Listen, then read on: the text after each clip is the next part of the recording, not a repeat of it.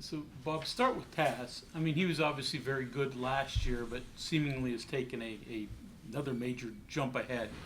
Why and what's he doing better now? Well, I think a year ago our team was pretty much dominated with Deuce and Derek, and most of the really when we needed a basket, it was one of those two. And he had a great summer. He had a phenomenal summer. I mean, he didn't go home, stayed here, was in the gym every day, worked really hard. One of the guys smart enough to hang out with the older guys, in the gym to see how they worked and what they'd learned by a lot of them going and playing professionally overseas. I think it really helped him.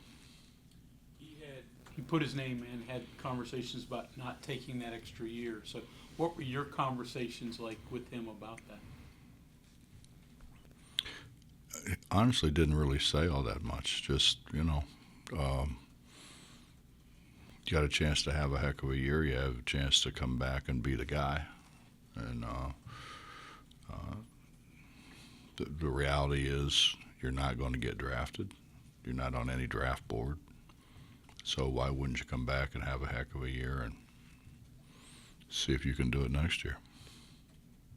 What's next for him as a player, in your opinion? What's he got to expand on? John, I tell you, he has made so many strides. I mean, he reminds me a lot of like Steve Logan. He's bigger and he's more athletic than Lowe was, but just a great knack of getting himself free to get a jump shot.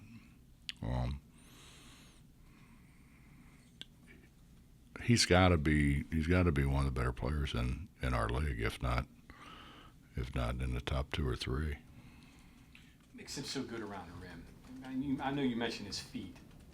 Is that what it is? His feet?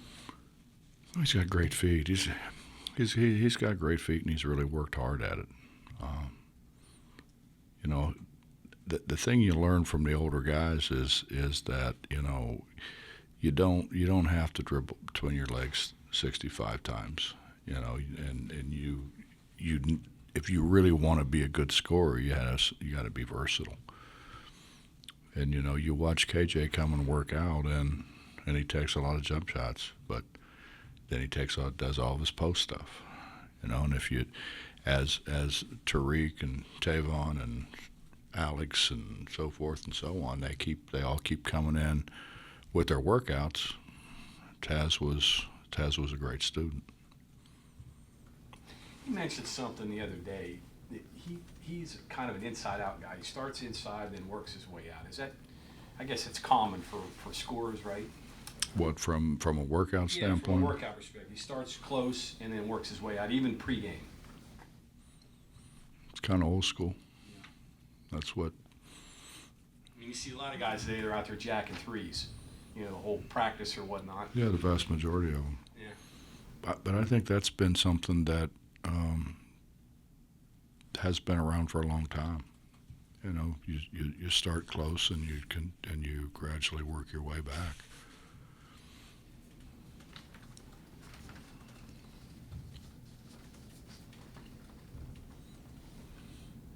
What do you see from Kent State? I assume you sort of gave him yesterday off, just starting sort of the scout and stuff with them today. Yeah. Well, I watched a couple games over the last couple days. They're good. They've got 5 seniors. Sincere has really made a huge difference in their team. I mean, he's a guy who can score it from anywhere. Somebody that you've got to pay attention to. He's gonna make shots, and Seen the kid since he was, I think he was at Solon, but watching him play, in the Cleveland area when he was a high school player, and he always made shots. He was hurt a lot. Actually had a bad knee deal, but he's really come back. The other guard's very good. He's shooting in the mid-40s from three. That's hard to do. And left-handed, which kind of gives him a little bit of an advantage at times. And then they're big across the front line. They're big and athletic across the front line. What's your 4-year transfers? I guess you got two ways of going about it. You can transfer up or transfer down. It seems like they've got a lot of, I'm looking here, they got Power 5 guys from Vanderbilt, Georgia, also got UNLV, Rhode Island, of course, Sears from Duquesne. So they've kind of built their roster with transfers, which is the way a lot of these guys are doing it now. Mm-hmm. Well, I think that's smart to do. I think after you sit on the bench for a while, everybody wants to be in a Power 5 conference, play on TV, have Dick Vitale call a game and so forth and so on. And the reality is you got to be pretty good to play at that level. And a lot of guys find out that it's not as easy as what they think it is. And a lot of them go home. They go home, they play against other guys. They're like, man, I could be really good at this level. And so they transfer. I don't want to say down. That's probably not the right way to say it. But they go to where they're gonna. It's hard to score if you can't get shots. When you take a guy that's playing at one level and you move them. I can't say it any different than move them down. And they're going to get more shots. You don't have near the size and the athleticism. This team's missed 20 free throws this year for the year. I guess keep them off the line. They got, I think, the best free throws. I believe they're leading the country. Right. Yeah. That's hard for us to do. That's going to take a lot of willpower. And obviously for you guys, have you considered maybe having Junius go out and bless the rims? I saw Junius play. No. I actually played with Junius. Absolutely not. So it wasn't divine then? It didn't work for him if it was. Coach, you're obviously you've got new guys on the team this year. A lot of them are older. I mean, your average age is probably maybe the oldest it's been in a while as far as overall for the team. So, you're coming off a big win. This is probably maybe different, I guess, in the sense like if your team was younger, you would kind of worry about them getting too high off of a big win. I'm wondering if this is maybe not that same type of concern with this team. I'm wondering. You worry about it anytime. I mean, how many guys do we really have that played like we take 2-game swings and say we play at TCU and win, and then we go to Texas Tech? You better be ready to play. And we don't have a lot of guys that have gone through that. A lot of guys, like you said, they're older, but they didn't play at this level. That I think there's obviously there's a difference with the competition, but it's you play in Dallas and then you take the bus back, you go to sleep, you wake up, you take the bus back to the plane, and you get on the plane and you fly to Lubbock. And then they start you at 9 o'clock at night.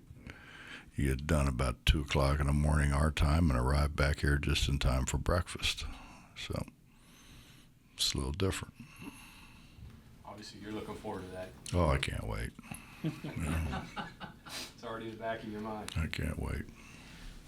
Curious, when you were at Cincinnati and you had, I'm thinking of the teams with Logan where he did a lot of the scoring, or when you had Danny Fortson, he did a lot of the scoring. How did you manage your other guys to get those points that you needed from the other guys to get you where you needed to be? Lowe outscored, I want to say 4 or 5 teams himself. So he was never a concern. He was going to get his. But our guys were good. Emmanuel McElroy was a heck of a player. Mac's still playing. Wasn't a great shooter, but he was a heck of a player. Terrific athlete. And I mean, we had other guys. I mean, we had Lenny Stokes was good. Lenny Stokes had a heck of a career. Lenny Stokes had a great career in the D League. Almost made an NBA roster several times. It wasn't just Lowe scored a lot of points, but it wasn't just Lowe. Donald Little, man, I'd love to have Donald Little today. I was going to say, how do you get it out of this? How do you transfer it to this team with what you've got besides those? How do you get what you need to get out of them? At least to the point where you can say, well, okay, I can expect this, this, and this going into a game. I think we're getting better. Okay. I think when we started the season, we had no one who could score with their back to the basket. Paulie has worked really hard, and Paulie is very capable now of scoring with his back to the basket. Actually scored with his back to the basket against Connecticut and their bigs. I mean, so we have somebody now. I mean, I wish we had a few more. We've got guys with size, but I mean, I think if DC would put a little bit more time in, he's a skilled guy. He just is not. He doesn't understand. He doesn't sit down. He doesn't understand how important a really strong base is, and so when you stand up like that, you're apt to get moved, particularly down there. We just got to get more guys like Paulie that they can't move. It's getting better, though, right? He's getting better. I mean, the rest of them, I can't honestly tell you I think they're getting better at that. Now, they're getting better, yes. They're getting better at other things, but they're not getting better at that. Is he close to being Big 12 ready? Do we have a choice? A couple more games to go before then. I think physically he's without a question. We just don't have. I mean, he's 6'6". He's not 6'8". He's 6'6". And that's not that you can't do it. I mean, there's other people that have done it in this league, but from what I've watched, K-State's big. TCU is bigger than they've ever been with Jamie, I think. You look around, obviously Kansas is big. The team that's not the biggest, but they are the most athletic, is Oklahoma State. They're really athletic, but they don't have that big size presence. So we'll figure it out. I mean, the ideal thing is try to get those guys away from the basket. But I'm not sure we can do that right now either. But we're going to continue to work on it. We will get better at it. But with your offense, where everyone touches it and passing, cutting, it's not like you just have one guy standing up top that kind of runs everything. So everyone's passing and moving. Does it concern you at all that, your point guards, your shooting guards are the leading assist guys? Gabe is up there on assists. You haven't really gotten that assist numbers from the point guards, which I don't, maybe traditionally might, be a worry, but considering that everyone's kind of running and moving around out there, I don't know. I'm wondering how much of a concern that actually would be with the way you guys are running your offense. Well, I missed that. I missed that we were moving, running around. I mean, I'm not sure at what point in time that happened. If you could tell me, I'd like to watch it. But We don't run. We don't run offense. If you would go back and look at the Final Four team, for example, they ran five-man motion about as well as anybody can run it, and they knew when to back screen, they knew when to curl, they knew when to fade, they knew when to reject it, they knew when to, I mean, today I say, how about rejecting the screen? Just reject it. We may have two guys run down there. I mean, we're guarding each other basically, because they just don't understand. I mean, they can go out there 5-on-0, and if you say curl it or reject it or slip it or they know to do it that way, but they don't know how to do it when there's people guarding them, when there's 10 people out there opposed to 4. That whole part whole deal is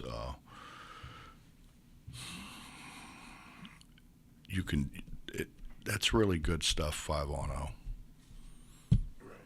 When you start going 5-on-5, and particularly when people have scouted you and see what you're going to do and so forth and so on, it becomes a little more difficult. But we haven't given up on it by any stretch, but we're really not running it. I mean, we're trying to get basically Taz and Sean shots. How long does it take with your offense for being with you for your point guards to really be able to run the offense? I mean, you right now don't have guys as point guards who have been here any amount of time. No, it takes a while. I mean, Bob, that's why we're running that. I'm laying there in bed one night thinking about how can we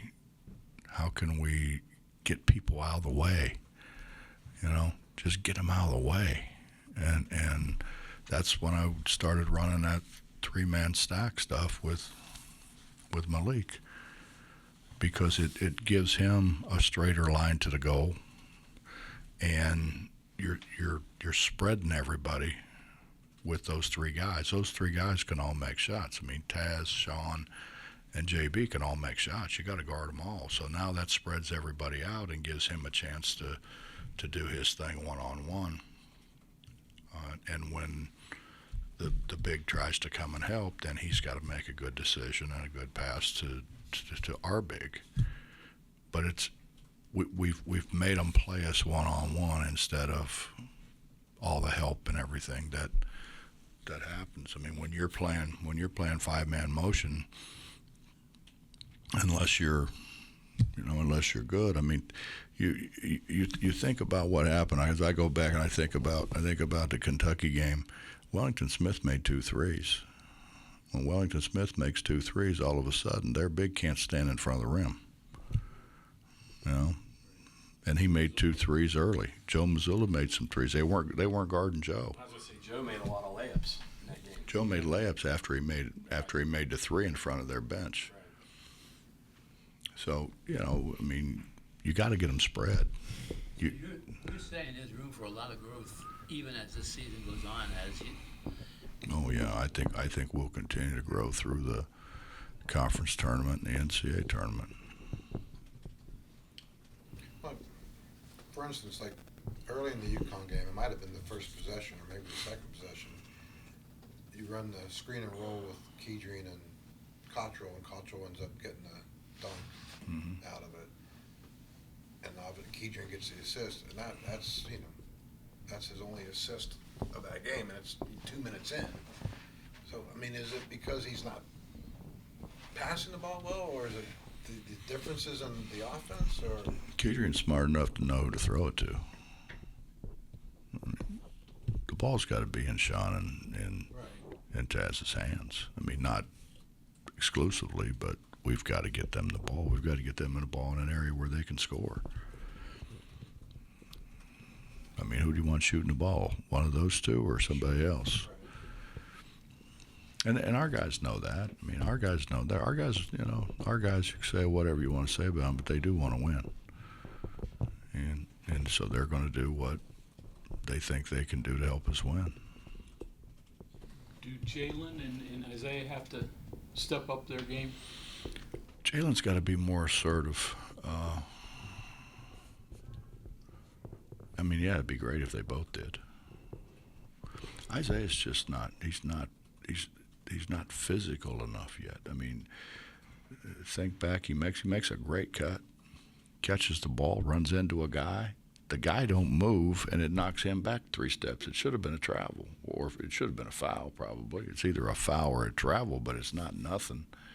And then he shoots an air ball from 6 feet. He's just not.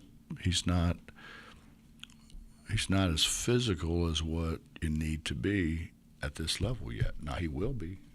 I don't have any doubt whatsoever that he will be, and he wants to be. But you know, I think sometimes people think they're helping guys when they take a 6'11" guy and they let him run around and shoot threes. Well, the reality of it is, if you run around and shoot a bunch of threes, you better make them. You know, who shoots the highest percentage? The guys closer to the rim. And not that he has to play, you know, exclusively there. He doesn't.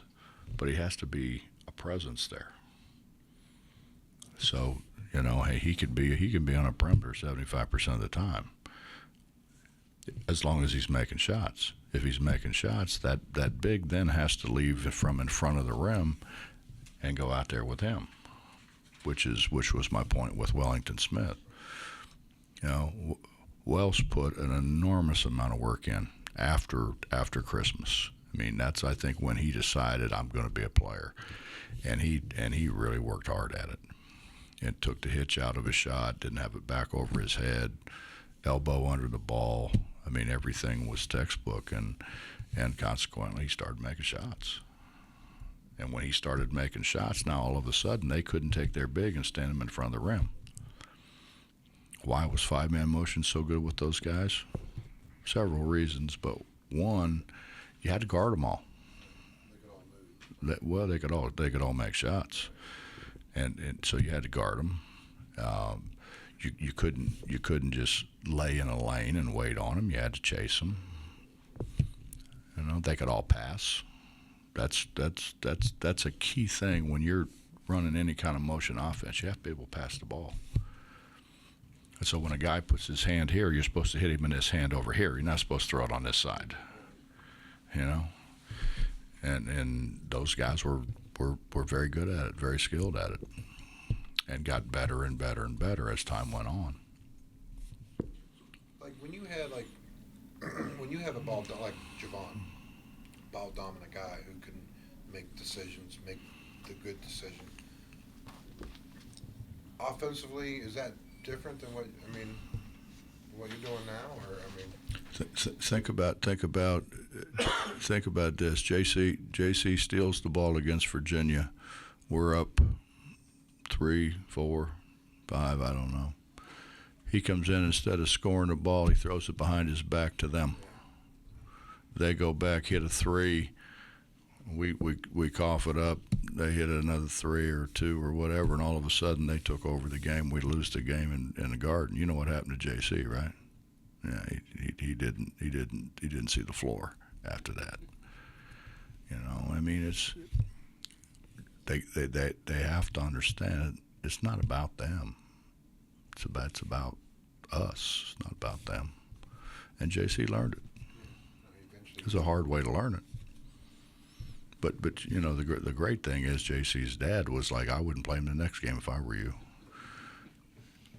You know, I mean, he was a guy who understood basketball and understood that, you know, you don't do that. You know, you don't do that, particularly in those situations. I mean, that's a game that could have really moved us up, you know, in terms of national recognition and everything else, and you don't do that.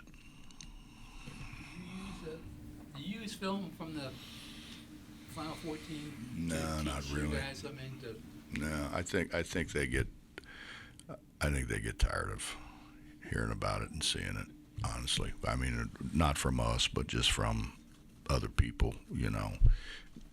Honestly, Bob, it was the same way at Cincinnati. Those guys didn't want didn't want to see it, hear about it. I mean, Danny Fortson didn't want to hear about Corey Blunt. Now, as he grew older, he came to appreciate Corey, and when he went to the NBA, Corey did a great job of helping him, as all of our guys have done. But it's when you come in and you've been the guy for so long, and then all of a sudden, you're not the guy anymore, or you come in and you think you're going to the playground and you're going to get the ball every time, and then you come in and you play with the older guys and you never touch the ball, and then you bitch and they say if you want it, go get it off the glass like you're supposed to. Different deal. Okay, then going back to what we started on, Taz came in here that way, and averaged 3 points his first year here. I mean, and not only wasn't the guy wasn't on the floor as much as certainly he wanted to. He handled it though. He paid his dues. He certainly paid his dues, and there's a lot to be said for coming out and practicing against those guys every day. You learn a lot. Curious, I got to ask you this before you go. You mentioned on your post-game show you thought the 1-3-1 can help you. What leads you to believe that you got the guys that can do it, at least a version that you're going to run this year, whenever you need it for a change-up? Well, I think we've got enough length we can do it. Our problem is going to be rebounding the ball. But doesn't that have a component of it though? That's the issue with it. Well, if we can get DC to be Devin Ebanks, that will help tremendously, because Devin, when the ball was shot, turned and headed right at the rim, and rebounded a bunch of balls from the top position. DC to this point turns around and looks. He's got a pretty good view from out there. Yeah.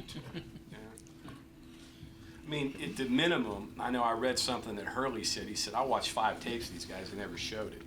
So obviously it got him off guard. Now every team that you play is going to have to spend at least a little bit of time doing that in their day, in their prep. So there's value in that too, I guess, right? Yeah, but we've played point drop not very well, but we've played point drop. I mean, they probably saw us play point drop. We've played a little bit of zone. We haven't played a lot. We've pressed a little bit, not a lot. I mean, we have, I think, historically played a bunch of stuff just to make people spend time guarding it. Now, obviously, they're going to guard our bread and butter. I mean, they're going to look at that harder than everything else. But the more time they take away from the other preparation, the better off we are.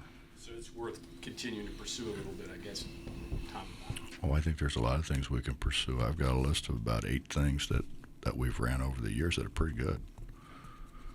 We just have, but you can't just do that. If I spent all my time doing, say, 4 defenses or 5 defenses, none of them would be worth anything.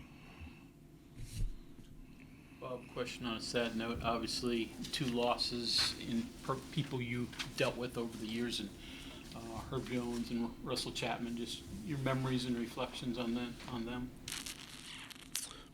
Well, I've said this many times. Herb Jones is the guy who was responsible for bringing Cincinnati basketball back to national prominence. He's probably the best. It's hard loved the city, and the city loved him, but he's responsible. I say this all the time, and I know it irritates them, but it's the truth. They took all of our basketball money. They took all the Loach money. They took all of our NCAA money, and they put it in football, which has turned out great. I mean, I'm not complaining about that. But how about, say, just once, thank people like Herb Jones. Thank the people who made Cincinnati nationally relevant again. And then after Herb came Corey and Nick and and those guys. And And they deserve a lot of credit. They get none. Herb Jones, they didn't put in the Hall of Fame till they found out he was dying. Now, how do you not put that dude in the Hall of Fame? You know, the lack of appreciation for what those guys meant to that university it's sickening. Because they put the place on the map again. And you know, it went through an unbelievable glory period with Oscar and Twyman, and you know that whole crew. When Gail was there, they were really good, and then they really fell off, like big time fell off, like jumped off the cliff, fell off, and those guys brought it back. I mean, those guys were the guys that. And you know, when you go through whatever it was, 10 years, 12 years, whatever, of every time the door opened, there were 13,176 in the building. You're paying a lot of bills. And I think whatever there was, 24 loges, and they're all sold out. Waiting list to get them. That's... You gotta say something nice about him.